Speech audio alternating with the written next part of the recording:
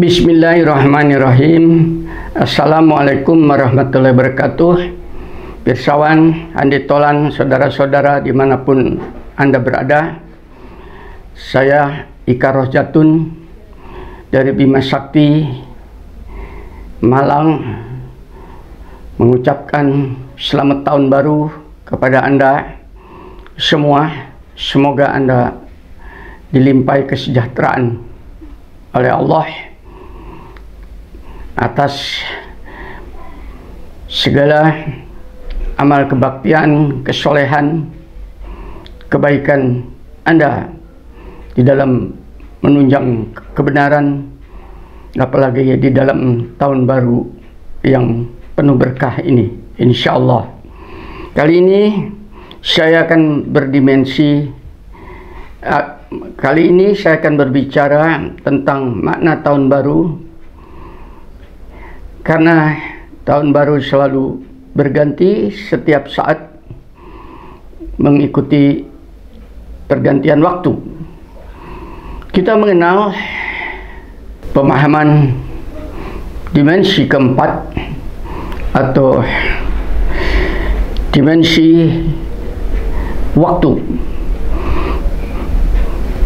Apabila kita masuk kepada dimensi keempat, maka pada saat itu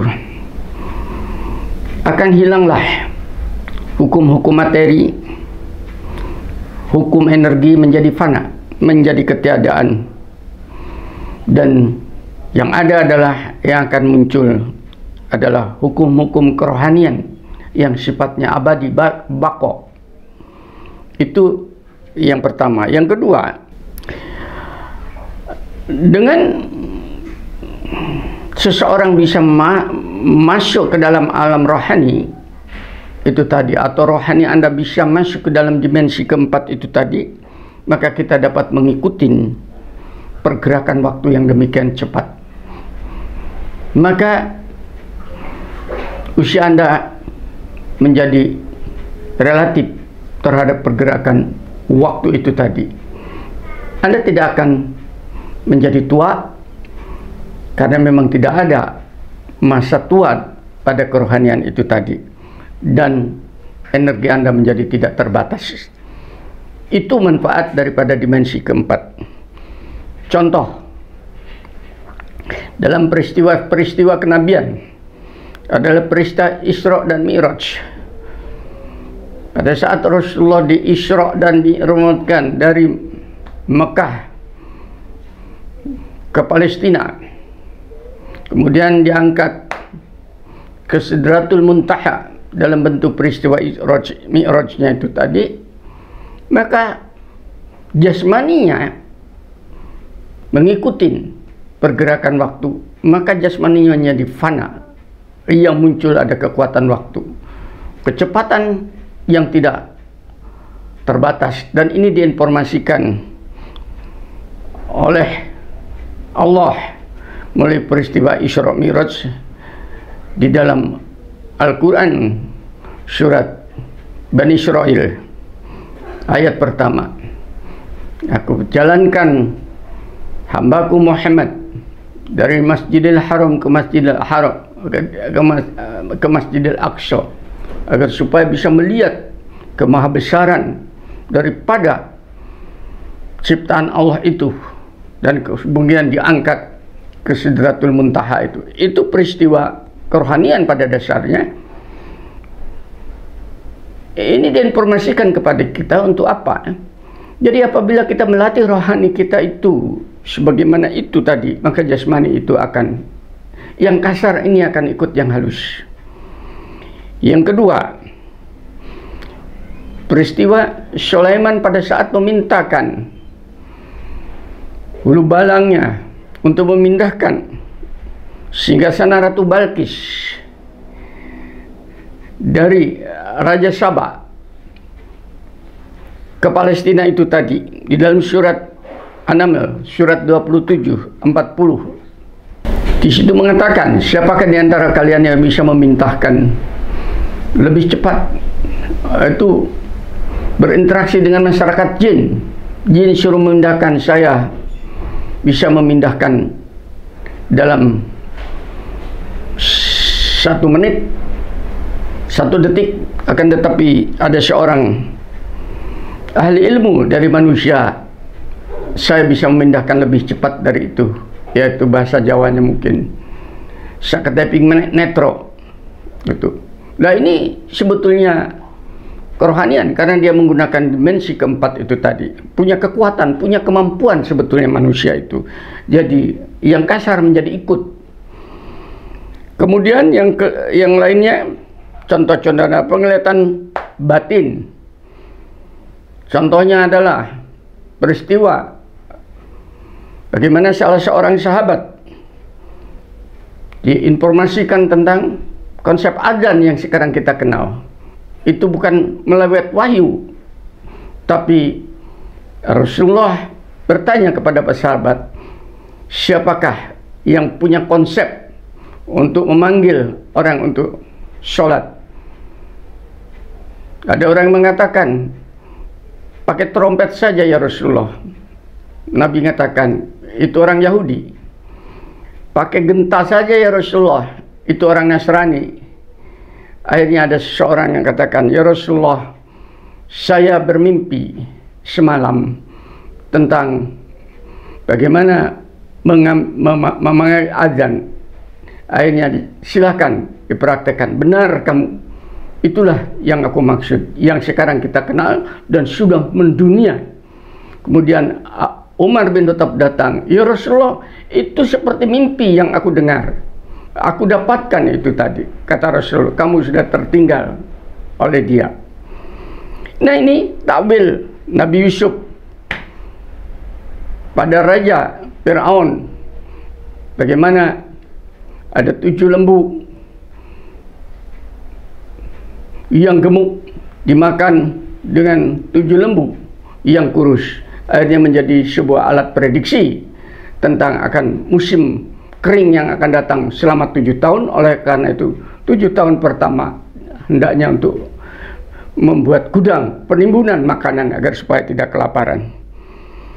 Ada juga salah seorang sahabat datang ke Rasulullah, ya Rasulullah, aku mendapatkan firasat, intuisi, yaitu bisa mengetahui seseorang kapan dia mati, kenapa dia mati, termasuk Umar bin Khattab ya Rasulullah.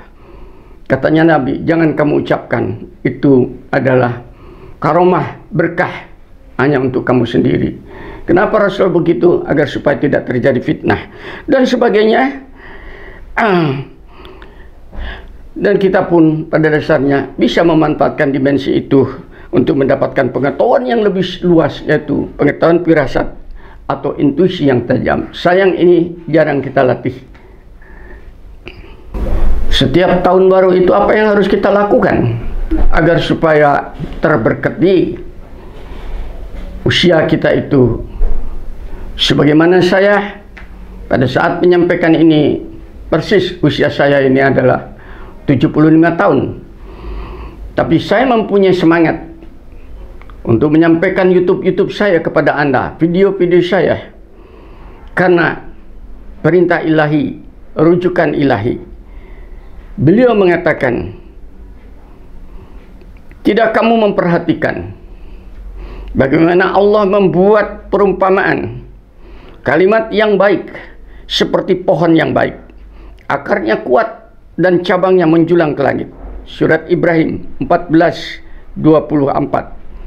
Saya menyampaikan perkataan-perkataan yang baik kepada Anda, mengajak kepada kebenaran, berkasih sayang dengan sesama, saling toleransi, saling menghormati, bukan saling mencaci dan sebagainya, saling merangkul, saling menegakkan, yang lemah dibantu, dan seterusnya. Ini adalah perkataan kalimat-kalimat yang baik yang keluar dari mulut saya dalam rangka mengisi usia saya itu yang saya keluarkan dari kerohanian dan pengalaman hidup sehari-hari, sehingga saya masih kokoh sampai detik ini kayak batang pohon yang kuat. Insya Allah perkataan-perkataan itu terus mengalir kepada Anda, dan harapan saya ditangkap oleh generasi muda sebagai sebuah energi baru di dalam kita bermasyarakat. Yang kedua, Diimbangi perkataan-perkataan dengan amal kesolehan. Apapun yang kita bentuk, apakah bercocok tanam, apakah kita mengajar. Saya tetap mengajar di kampus sampai detik ini, dan diperpanjang sampai usia insya Allah 79 tahun, karena masih diperlukan oleh universitas ini tadi. Ini sebuah amal kesolehan, dan saya tetap semangat karena saya merespon ajakan Al-Quran, dan setiap orang memperoleh tingkatan sesuai dengan apa yang telah mereka kerjakan. Seorang dosen mengajar itu pekerjaan, dan agar Allah mencukupkan balasan perbuatan mereka. Mudah-mudahan perbuatan-perbuatan apa yang saya kerjakan itu disempurnakan, dicukupkan, dan mereka tidak akan dirugikan, dan itu menjadi sebuah bonus untuk saya pada saat kebangkitan daripada kematian. Surah Al-Haq surat ke-46 ayat 19. Yang berikutnya, yang ketiga, mari kita manfaatkan setiap tahun baru mengeluarkan ide-ide yang cemerlang, karena ide-ide yang cemerlang itu akan menghidupkan sebuah kebenaran, insya Allah.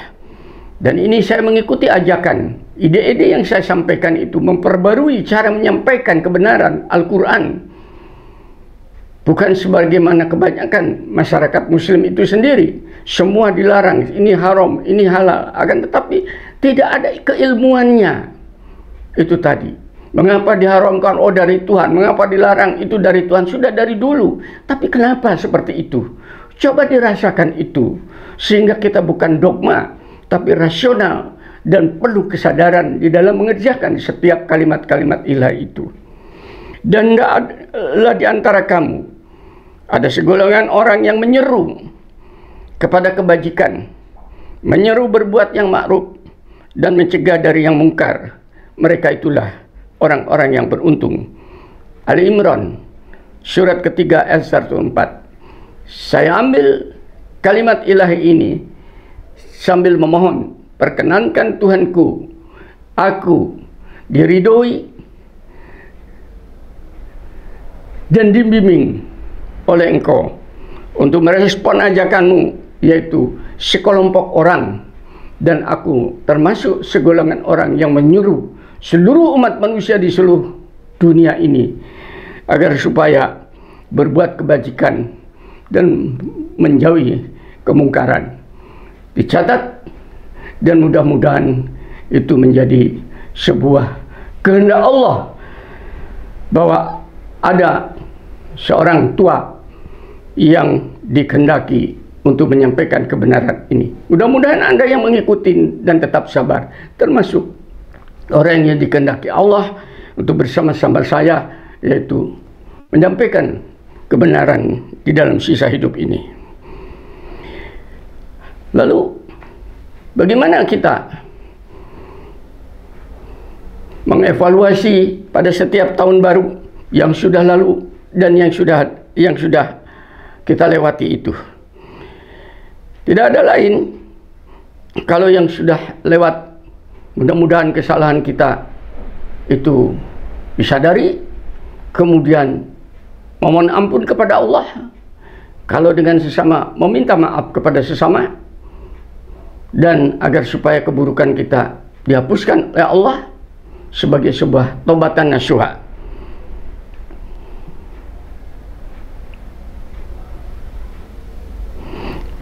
Dan yang akan datang kita song-song dengan rasa penuh semangat dan gembira, karena Allah menghendaki jangan kamu berputus asa dengan Rahman Rahim Allah. Hal ini disampaikan di dalam surat Al-Hasyr 59 ayat 18. Wahai orang yang beriman, bertakwalah kepada Allah, taat kepada konsep-konsepnya, dan hendaklah setiap orang memperhatikan. Saya memperhatikan, Anda pun memperhatikan dirinya sendiri, apa yang telah diperbuatnya untuk hari esok. Yang lalu sudah lalu, mudah-mudahan dimaafkan. Tapi apa yang harus kita perbuat 1 tahun ke depan. Ini tadi agar supaya menjadi hari kebangkitan itu adalah hari yang menggembirakan bagi kita karena kita sudah berbuat amal kebaikan. Sungguh Allah Maha mengetahui terhadap apa yang kamu kerjakan. Semua terekam, semua tercatat, dan semua akan dikembalikan kepada kita oleh Rahman Rahim Allah, oleh Maha keadilannya, dan kita tinggal membaca nanti. Mudah-mudahan dengan tahun baru ini siapapun umat manusia bergembira hatinya, dan kita bersyukur masih dikasih hidup di atas muka buminya ini dengan semua Rahman Rahimnya. Makanan disiapkan, tempat bertinggal disiapkan, teman banyak, ide masih ada,